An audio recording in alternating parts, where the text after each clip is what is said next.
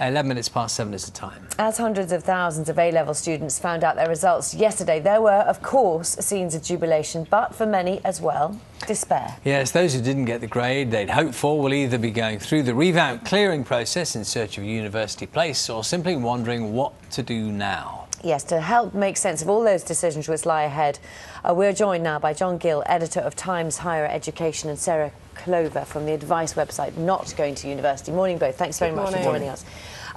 Everybody was talking about a particularly tense time, actually, because they've changed the rules, haven't they, slightly, about who will be accepted at university. Just explain to us how it's changed and what the impact is, do you think? Yeah, it's a bit technical for this early in the morning, but what's basically happened is there was a system where student numbers are allocated in a very sort of Stalinist way to universities. They'd say you have 2,000 places each, for example, and that's kind of a fixed number.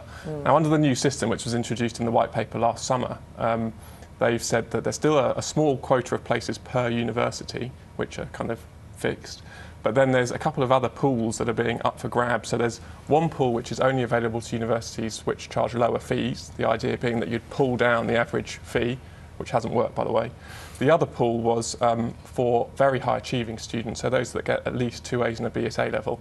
And they were going to be liberalised from the system completely so that universities could compete with one another to attract those top students and kind of poach them off one another. The idea being that you drive up standards and force universities to try and up their game as they compete for students who are now paying £9,000 a year in many cases.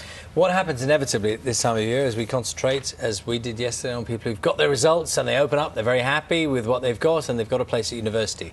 But for some people it's just not like that. And it is important to point out that it is not necessarily the end of the line. You're not written off at that point, and that's what you try and tell people. Absolutely. Well, firstly, I'd like to point out that it's not just people who haven't got the results that they want who come to our website. We get an awful lot of people now who've got very good A-level results, but the increased cost of going to university, which John's already mentioned, is actually making a lot of people consider their choices. But there are lots of other ways that you can achieve your career goals.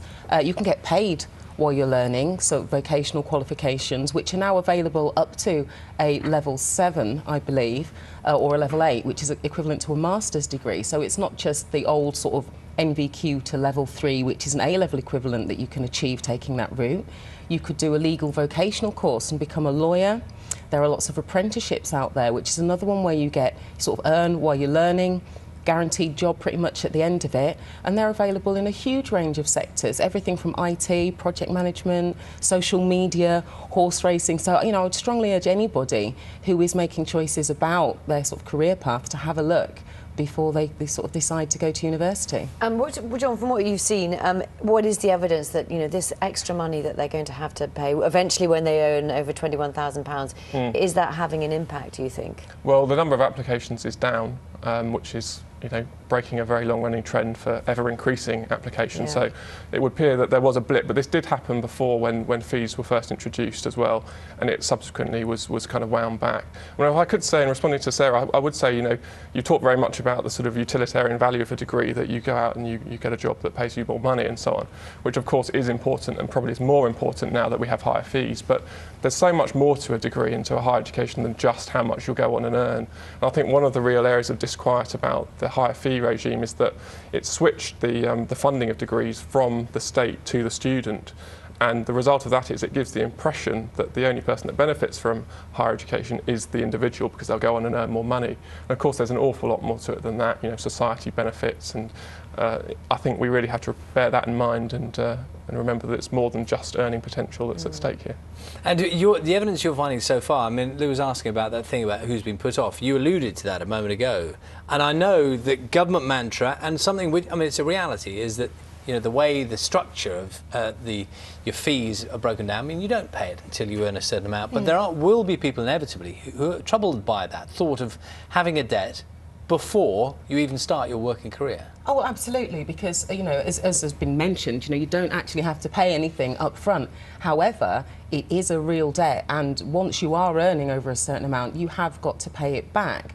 And there was a study done which showed that it will cost around £50,000 to complete a 3-year degree course, which is a substantial amount of money. I do agree actually with what John's saying with regards to the benefits of a higher education, and at Not Going to Uni, we're not anti-university, and we're certainly not anti-education. We're more anti sort of debt more than anything. Do I take it that you didn't go to university? I didn't go to university myself. However, there are other people who work at the organisation who did go to uni. You know, and we've all ended up doing well. I'm interested as well. Go on, Charlie. No, I was just and doing the same thing.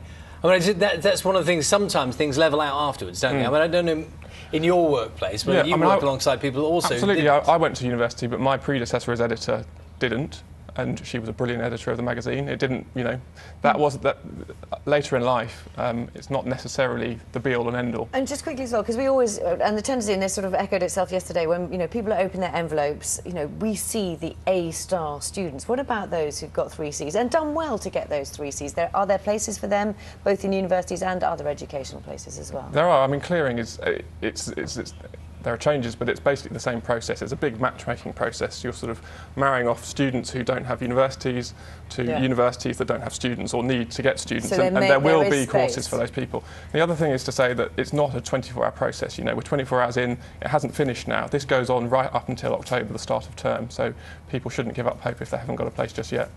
Good. Okay. Thank you both very much. Good to talk to you. Thank you. 18 minutes past 7.